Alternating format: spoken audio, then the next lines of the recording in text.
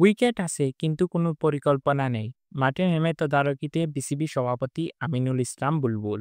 সম্প্রতি পাকিস্তানের বিপক্ষে হোম সিরিজে ব্যবহার করা পিচ নিয়ে চরম সমালোচনা হয়েছে। শুধু ম্যাচ উইকেট নয়, বরং দীর্ঘদিন ধরে ক্রিকেটাররা অভিযোগ করে আসছেন অনুশীলন উইকেটগুলোর মান নেই। সেই সংকট সমাধানে এবার সরাসরি মাঠে নামলেন বিসিবি বস আমিনুল ইসলাম বুলবুল। বিসিবির গ্রাউন্ডস কমিটি থাকলেও সরাসরি অনুশীলন উইকেট পরিদর্শনে যান সভাপতি নিজেই। একাডেমি গ্রাউন্ড ও ইনডোর ফেসিলিটি, পাশে থাকা উইকেটগুলো ঘুরে দেখেন তিনি। সেই সময় তার সঙ্গে ছিলেন প্রধান curator Gamini D Silva. BCB বস বলেন, আমি নিজ চোখে দেখেছি, উইকেট আছে ঠিকই কিন্তু কোনো পরিকল্পনা নেই।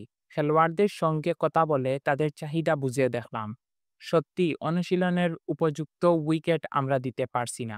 বিশেষ করে বর্ষায় ব্যবহারযোগ্য গ্রিনহাউস উইকেটের মধ্যে মাত্র 2টি ব্যবহারযোগ্য।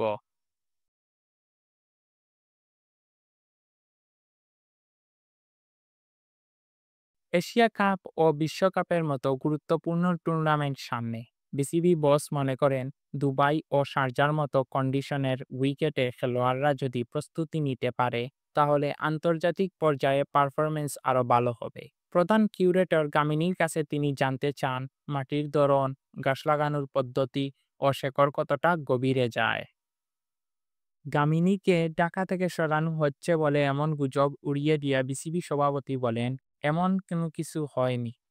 তবে আমরা অন্য কিউরেটরদের সঙ্গে আলোচনা করেছি।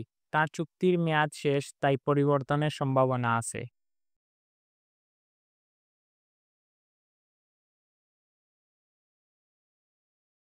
রাইয়ান চৌধুরী, ডাগআউট আইস।